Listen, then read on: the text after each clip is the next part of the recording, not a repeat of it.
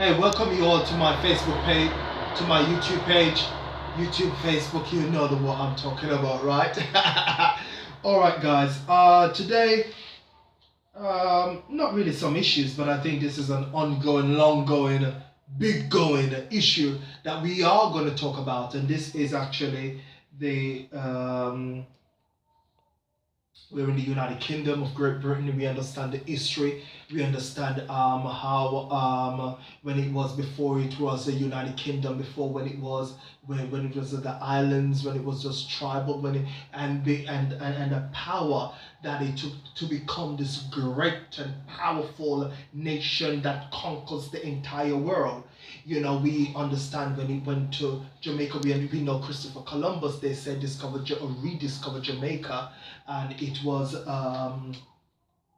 when the British went to Jamaica, they captured it and put it into the Spanish town was the capital. You know, when the Spaniard, it was called Escamaica. You know, and it was called Escamaica, land of wood and water. And then Jamaica, when Jamaica got it, but we understand that Jamaica's always got a long history with Britain from ever since. You know, from we're talking about hundreds of years.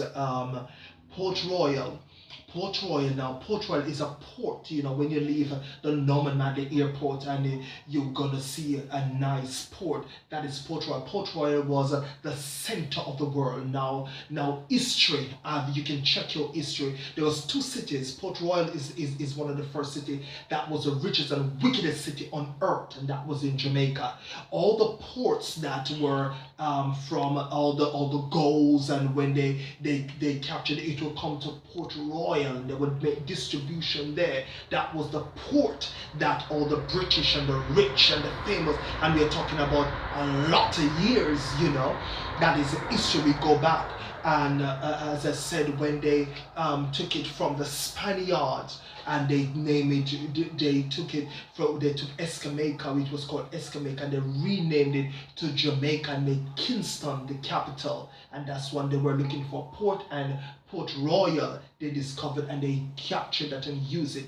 So we understand that Jamaica had a long history here with Britain for a lot of years with the aristocracy like Mary Seacole and all of these people who were coming to this country. Mary Seacole was a Jamaican woman that her husband died. She married to an English man. Her husband died, and she traveled here to this country and to she really wanted to work with Florence Nightingale. Florence Nightingale snubbed her because Florence Nightingale didn't like her because of her nose, her color, and you know, history said that she was a bit racist, and it was acceptable in those days. You know what I'm saying, and so on. So, but anyway, because Mary Seacole had the class and all the training, it was the war that we were fighting with the Turkish war. So Mary Seacole fought that war herself, and she went over into Turkey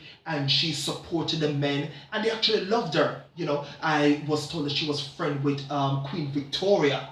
And then after Queen Victoria, you know, we understand that Queen Victoria's son, Edward, became king. His wife was Alexandra, Queen Alexandra, and Queen Alexandra became good friend also with her. You know, they would go to the palace and all of that. So we had long history. My great grandfather fought in the World War, and so on. So with a long history with a class system, and we understand that Jamaica is very rigged with a very strong class system, been coming to this country from a lot of years, you know. But we do understand that also in the 1920s, 30s, I should say, that people from the Navy, the war, they would have enrolled, those who can afford it.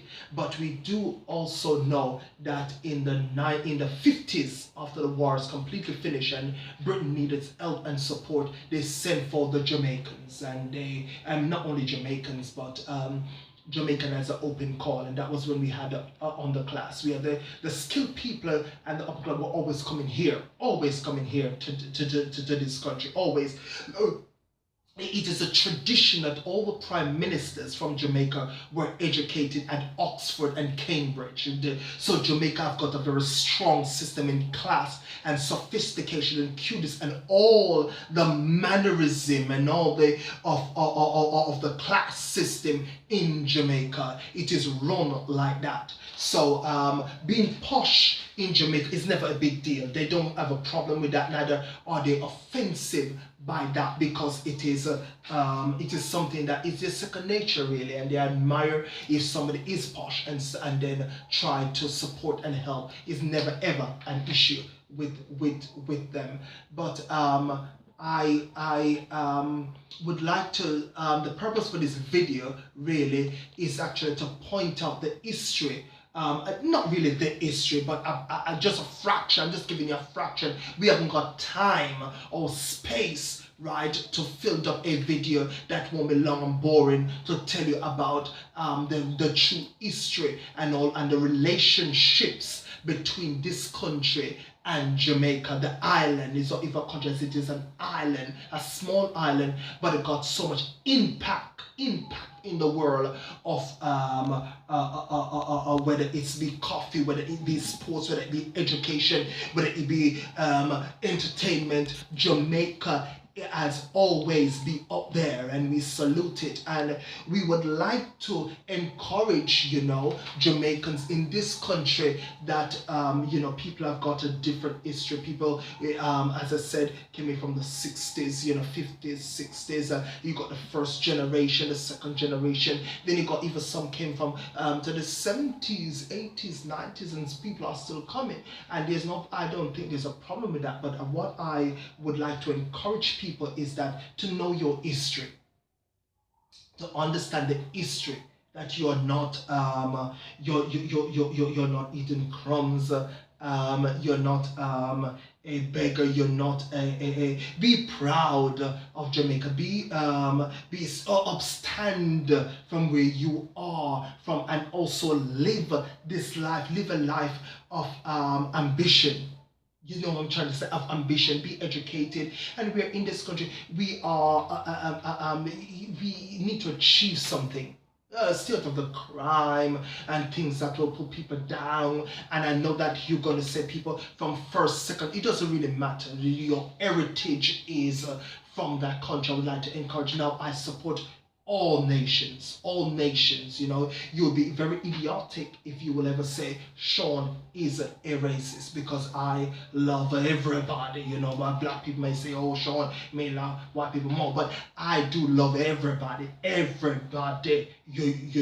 but but for this video, I'm encouraging the Jamaican, if you are here, and when you are here, just utilize the space and go to college, go to university. You've got to have tenacity, you've got to have boldness, you have got to have charisma, you've got to have determination, you've got to stand out, and you've got to be able to dig your teeth in and to stay there and to succeed. People will talk about you, people will say things about you. It doesn't really matter. What we are saying is that you who know who you are and what you come for, and the purpose, the fire that burns deep inside you is called purpose. Purpose. What is purpose? Purpose is that thing that will never die. It's like Martin Luther King's dream. It's like Nelson Mandela's vision. It's like Rosa Parks' fire. It's like Mother Teresa's determination. What I'm saying is that it is that sort of vibes that you will never ever die. That candle that cannot be out is like Princess Diana. Is like we're talking about people that does not necessarily are rebellious, but they don't necessarily fit in the conventional ways, because if they were meant to stand out, and if you're meant to stand out, you're never ever going to be click with the click, and that's all right. What I'm saying is that whatsoever your purpose is, find your purpose. Your purpose is not to be negative. It's not to use social media negatively. It's not to walk about and take the mick of people, or to laugh at people, or to jeer people, or to use your success negatively and boast and brag and to drink yourself to the ground and to show off and to buy clothes and to have babies and to do that. No, it is to find your purpose in life. And you will make mistakes. But what we are saying is that you should never, ever stay there. Your determination, your strength, your fire, what you have inside of you is more precious. That's a dream. Martin Luther King said it best. I had a dream. He said, I see my little black babies. I'm walking along the street of Manhattan with white babies in hand. He didn't live to see that dream come to pass. But that dream come to pass. Cambridge, I'm sorry, Harvard saw it. Princeton saw it. Even though we're still going to have the struggles in life that we face, what we are trying to say, that each person make an impact of what is and whatsoever. Some of us have got multiple gifts. Some of us have got, it doesn't matter. I don't care your excuse. I don't care your ups, your down. One, I'm encouraging you. And when I say I don't care, I mean that I understand. I mean that I don't judge you for that. That's fine. Every one of us have ups and downs. That is only somebody that is idiotic and have got this much of a brain.